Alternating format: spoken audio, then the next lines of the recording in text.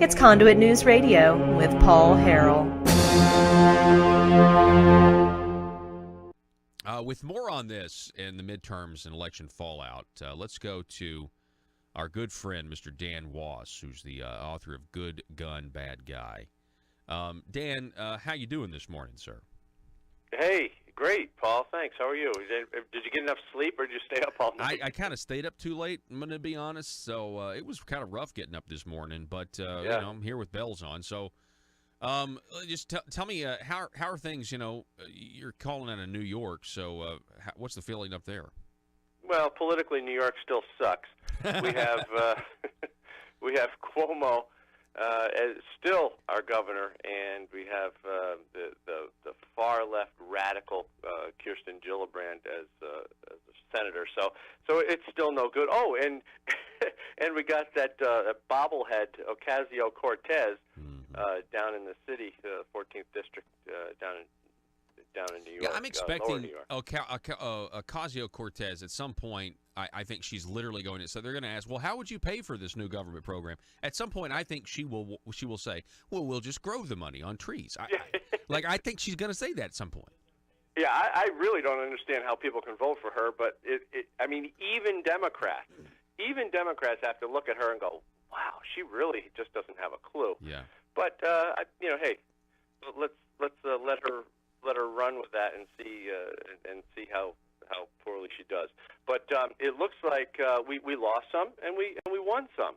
So as far as the Senate, it looks like we're good. And as far as the House, of course, we lost the House, but we kind of expected that. But the ratio, if you look at the ratio of House seats versus Senate seats, it's almost an even ratio of leverage of power.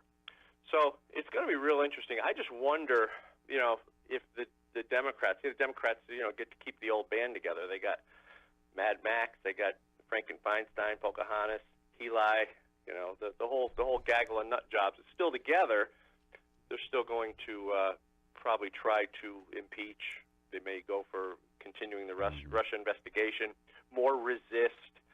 So we'll see. And I think it'll all play out very nicely for 2020 for Republicans. Yeah, the silver lining here, like you said, is the Senate. Florida, Missouri, Indiana, Ohio. You got South Dakota, or is it North Dakota? I think it's South Dakota, and then maybe Montana. I haven't seen this. There's a lot of holdouts. Right. You know what I'm saying? Some holdouts. Oh, I got you. Yeah, I know what you're saying. But it does seem that if this was good for President Trump's 2020 hopes. I mean, if he had performed this well in Florida, the Democrats really haven't been able to demonize him enough. I mean, it seems like Florida would have still gone for Trump last night if he had been on the ballot. Yeah, it did seem like that. I was really happy to see that. And, Ted Cruz held on in Texas against, what did they say, almost $70 million in campaign money that O'Rourke had. So I was proud and happy to see Ted Cruz hang on there. I think overall we did pretty well, and we should be proud. And, typically we would lose, the president's party would lose a heck of a lot more than what we lost. Previous presidents have lost, twice and triple as much as we lost this term. So President Trump, the Trump effect is a real thing, and it's really powerful for Republicans. Wow. We have, just real quick, this is from the Gateway Pundit, and I read this earlier, about how historic it is that the Senate worked out the way it did in a midterm. The House did what it traditionally does when you have a president in power and his, in the White House, the House typically flips. But this is, it says here, thanks to President Trump, Republicans picked up 4 new Senate seats on Tuesday: Florida, Missouri, Indiana, North Dakota. Arizona, Montana, and Nevada are still being decided. By the end of the night, President Trump will gain at least 1 Senate seat, as well as many as 5 new GOP senators. This is historic, and President Trump was eager to tell the nation about his success. He's having a press conference, Dan, at 10:30 this morning. It's 10:30 Central, 11:30 your time where you are, and he is saying that he's going to be about how successful last night was, which is going to drive the media absolutely crazy, because they're out there saying this was a huge win for Democrats. But let me ask you this: do you consider what happened in the House with the Democrats taking control? They needed 23 votes, they got 28. Do you consider that a blue wave? Oh, absolutely not. How a blue wave? I would have thought a blue wave would have been massive number of seats and the Senate. That's the way that it seemed like they were hoping for. No, it didn't. This is actually a lot. They actually gained a lot less than historically would have happened.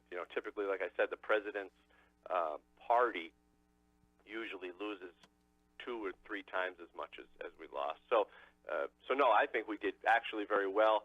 And their blue wave, as they say, their blue wave got stopped by a big red wall. Mm-hmm. What's the that's a great the wall is certainly an appropriate choice of words there. What do you think happens moving forward? I mean, there are some that are already saying on the right that as Speaker of the House, Nancy Pelosi is a gift to Republicans. What do you think? Well, yeah, like I said before, it's that whole group of nut jobs that are still going to be voicing their opinions and doing their same old resist, the same old vitriol that they're used to doing. So I think it's going to be great because it's going to further, attract Republican voters to the polls when it comes time to vote in 2020. So I think it's going to be great. I say let them continue their childish, crazy behavior for another 2 years. President Trump's a smart man. He's going to use strategy, and he's going to get the things done that he wants. At least I think he's going to try like hell. And let them continue their behavior because it's only going to help us. I wonder, I'm trying to figure out what this is going to do to the economy, because a lot of people are wondering, okay, so this means no new major tax changes. I mean, we do know that. Like, there's not going to be any new tax structure. They're not going to lower, the House is not going to lower taxes, and the Senate's not going to raise taxes. And so, the tax rate is what it is for now. But what does this mean for, the trade wars and things like that? Can the Democrats try to, try to stymie that in some way? I mean, these are all questions I have, and I don't think we don't have the answers to yet. Right, because we're not in that. I'm not sure. I wonder if they resist too much. I wonder if President Trump is going to pull out his phone and his pen like Obama did, and he may have to, on things here and there. And that, I guess, that would be okay. But as far as the economy, I would think that people would look forward a couple years and expect a second term for President Trump, knowing that when he did retake office, that the economy would grow. So I don't know that it's gonna hurt the economy. I think it's probably gonna I think a lot of stuff is really just gonna stay the same. We're gonna have the same fighting that we've had. We're just gonna have a little bit more resistance. I think now Republicans are gonna have to be on their game a little bit more. And like I said, President Trump might have to pull out some tricks. Yeah. I do have some news here. Breitbart News is reporting that the Democrat Jackie Rosen has defeated incumbent Senator Dean Heller in Nevada, which is a pickup in the Senate for the Democrats. So that's not good news. I just see that scrolling across the screen there. Anyway, it is a mixed bag. It's certainly not what the Democrats hoped for, but it's also certainly not what we hope for either, Dan, That's true. Yeah, we would have loved to hold on to the House. That would have been great. 2 more years. Because here's the thing, Democrats are actually very successful as being the minority of being obstructive. So they were very successful the past 2 years of obstructing, even though we were able to get a lot of things through. So now, with a little bit more leverage, I think they're going to be that much more effective, which means that, like I said, Republicans are going to have to be on their game. Donald Trump's going to have to, be really swift and smart. And, yeah, it's not the ideal situation, but I still think we're okay, and I think it's going to help us in 2020. Here's a question, and I honestly don't know this. I'm hearing people say this. We're talking with Dan Wass. He's the author of Good Gun, Bad Guy. You should, Good Gun, Bad Guy. You should check out the book. Do you think if the House, really just the Congress in general, if they had have gone along with President Trump's agenda with a much more robust, if they'd have moved faster on some things, do you think that we would have had these losses in the House? I mean, I could see an argument for either way. You know what I mean? I think the losses in the House are purely because of the effectiveness of left-wing media and the willful ignorance of Democrat voters for going right along with all the the fake news stuff. That's really what did it, because if the media were to tout the successes of President Trump, it wouldn't make any sense to any logical thinking person to vote against him, to vote against the Republicans. So I think the media had just about everything to do with this. They should be proud, the deviant little sinister, crew that they are, because they were effective. I thought you were going to say something else. So thank you. Trying to be careful. Thank you for not. But yeah, Dan, that's a good point that you raise. That's probably the biggest winner in this whole thing that we haven't even talked about at all. The mainstream media won last night because they, regardless of whether it wasn't as big of a success, it wasn't a blue wave, but it's the media and their phony reporting that convinced enough Americans to give the House back to the Democrats. And it really works. And we talk about that in the gun conversation all the time. That the terminology and the landscape and the narrative, it all really works to effectively, transform the thought process of people, change what people really think, and give them a different perspective that might not necessarily be true. So it works. It works in all areas of politics. I talk specifically about how it relates to the gun conversation, but in this case, and that's why they were so persistent, because they knew that, as ridiculous as it sounds to logical thinking people, and as false a narrative as it was that they're creating, they knew that there are people who would eat it like candy, and I think this is a result of what you get for that. Yeah, and they basically convince people, hey, vote against the Republicans because you're voting for sanity.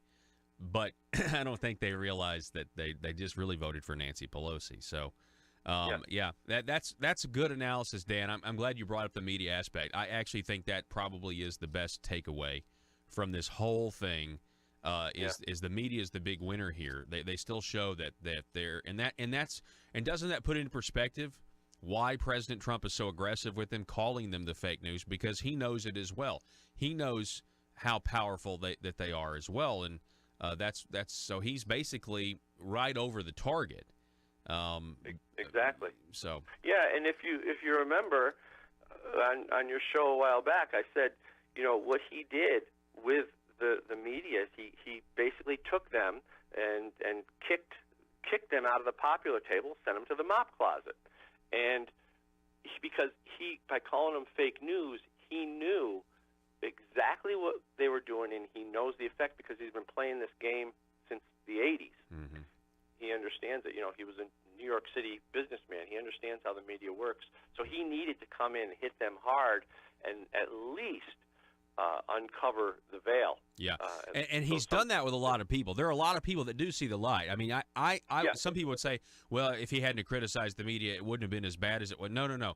If he hadn't have been doing what he's doing, if he hadn't have gone to these states, if he hadn't have had these rallies, if he hadn't called them fake news, then the media would still be in the shadows, acting like they're objective when they're not, and they would be. So he has actually opened a lot more people's eyes than people realize. This is just kind of a snapshot this morning of where we are as a country. We're divided, but we still have the Supreme Court, the presidency, and the Senate, and so that's the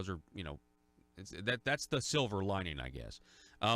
Dan Wass, I always appreciate having you on, and look forward to doing it again sometime. And stand up for conservatism in New York. I know you're kind of surrounded up there, so. It's okay. I like the fight. And thanks so much for having me, Paul. All righty, Dan. It. Thank you for joining us this morning. Folks, we're going to take a break, going to reset here, and be back in just a moment. Feel free to sound off on our Facebook page, facebook.com/Conduit News.